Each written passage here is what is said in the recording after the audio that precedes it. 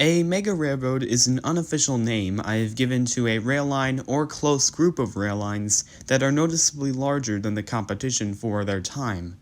They can be real, fictional, or conceptual. Over the years, these have gradually improved around the world with their time, most of which being known as engineering marvels today. This is the history of mega railroads. In the very early years of railroading, an argument can be made that the first mega railroads were simply the largest railroad at that time. A compelling argument until you look at how little space these railroads traversed. Not exactly mega railroad material here. In 1869, the first of what I consider a mega railroad was completed, the Overland Route. It was not uncommon for early mega railroads to be a combination of multiple rail lines, the Overland Route being the most well-known example, built by the Union Pacific, Central Pacific, and Western Pacific. It was the longest railroad in the world for the next decade, and soon had some swift competition, the first of which coming from the Southern Pacific, another big railroad credited for building the second transcontinental railroad in 1881. This 2,000-plus mile stretch connected California with Kansas, Texas, and Louisiana with the help of other southern railroads it met up with, and was improved in the decades following.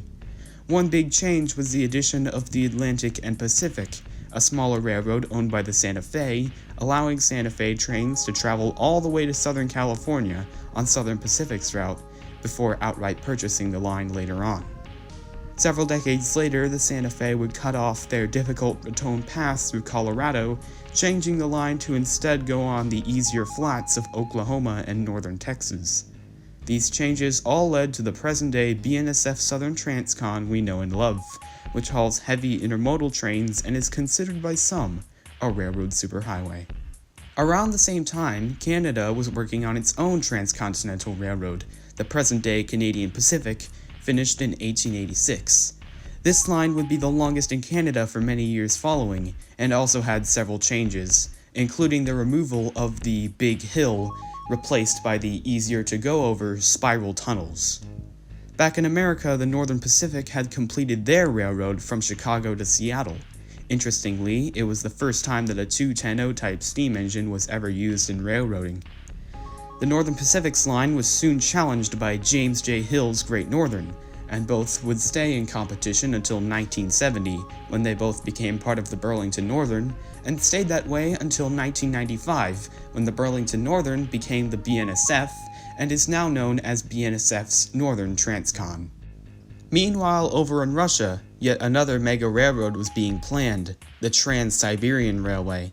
Completed in 1904, it stretches over 5,000 miles across Russia and still has the record for the longest rail line to this day. In 1988, the Orient Express made the record of the longest train journey by going from Paris to Hong Kong, mostly along the Trans-Siberian route. Due to several difficulties, including having to change its bogies on multiple occasions, this journey was a one-time thing.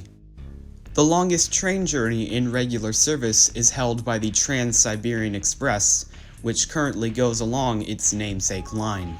But wait, there's more, said George J. Gould, who in the early 1900s built a truly transcontinental railroad, competing against other forces such as James J. Hill and E. H. Harriman, the latter of whom owned the Union Pacific, Southern Pacific, and Baltimore and Ohio at one point.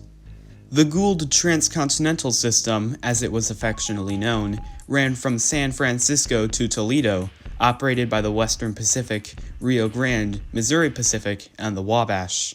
Beyond that, another bundle of railroads were planned to operate the line further east to Pittsburgh, including the Wheeling and Lake Erie and Western Maryland. It's such a great idea. How can it possibly go wrong? And as we all know, it goes wrong.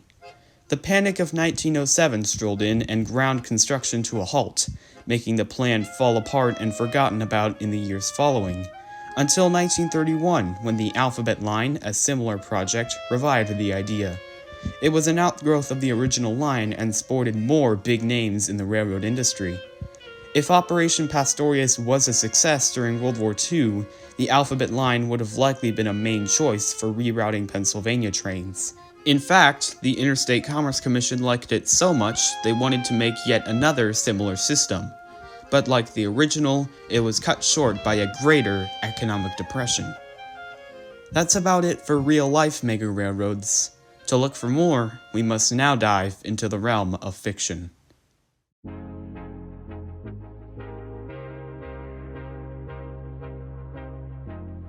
Many months ago, I used to make tons of trains-related stories. Looking back, I think they're not very good and very few of them have stuck around. One of them that didn't really see the light of day was called the Continental Express, about a really long freight train that travels continents. Please bear with me here. I tried making the story into a film. That didn't get very far, so I made it into a timeline. That wasn't much better, so I just scrapped the idea. Getting back to the point, in the story, the Continental Express traveled from New York to Shanghai thanks to a 55-mile link between Alaska and Russia. I'll talk more about that link later.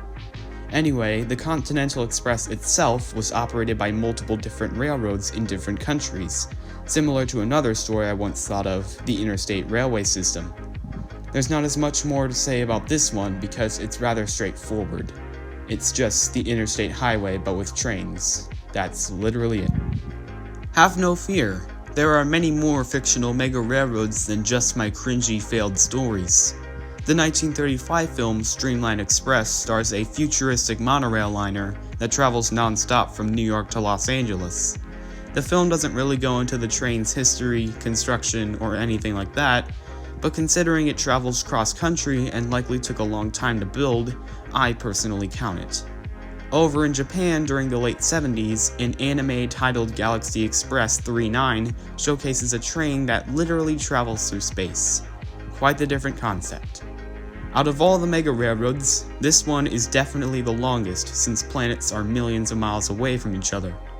There is some context given to the 39's construction as the train is said to be extremely up-to-date and is mainly designed as old-timey for a nostalgic feel. Furthermore, there's a brief mention that many lives were lost during the making of the train's route, but that's some of the last information we get in terms of backstory. There is one other, much more recent film that has the similar potential to be classified as a mega railroad, and you've likely heard of it many times before.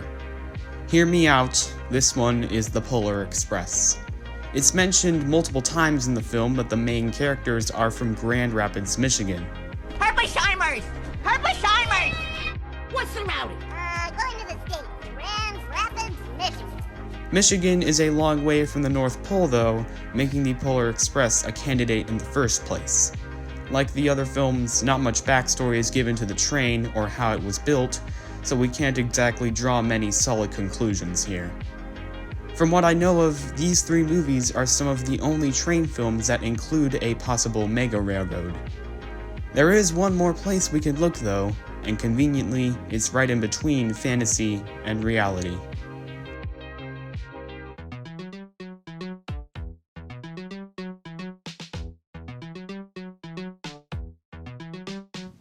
Concepts are very interesting since they try to take the wildest depths of our imagination and make it into a real thing.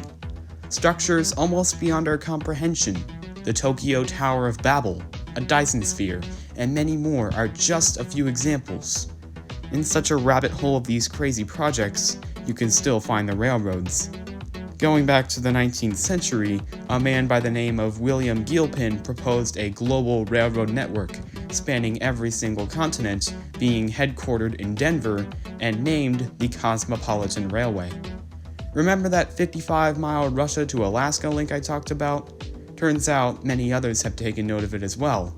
It's commonly called the Bering Street Crossing, as well as many other various names during its history. The crossing has long been seen by several organizations, including William Gilpin, as an extremely efficient and lucrative business opportunity, and also very costly and possibly dangerous. As you'd expect, the Cosmopolitan Railway was quickly turned down, and hasn't received any interest for over 100 years. Ironically, it's possible the railroad would have taken about that long to be built, slowed down by war and economic depression, the same issues that plagued its more successful counterparts. Elsewhere in more recent times, China had the idea to use the crossing as a way to build a high-speed rail line from Asia to America, making it possible to travel between the two in just 2 days. And as you'd expect, this hasn't received much attention either. Because if there's one thing that the construction of the Channel Tunnel has taught us, it's that it's not very easy to build an underwater rail tunnel. I've always had a fascination for really long rail lines, dating back to my early childhood. I vividly remember building long wooden railways with the help of my older brother. Throughout elementary school, me and an old friend would make numerous attempts trying to build the world's longest train track in Minecraft. I'd sleep over at his house, we'd build it on his Xbox. He'd sleep over at my house, we'd build it on my PS4. I know this video isn't about my animated childhood stories, but my point is that mega railroads have been a major source of inspiration for me and many others. Similar to a model railroad, a real railroad is never finished. People are always upgrading, improving, adding on to what they have. BNSF has been consistently building more track on their Southern Transcon, making for extra train traffic. Even the Trans-Siberian Railway is making plans for expansion on its line. In terms of transportation, bigger is better, and whatever the future has in store for the mega railroads of tomorrow, it'll certainly go down in history.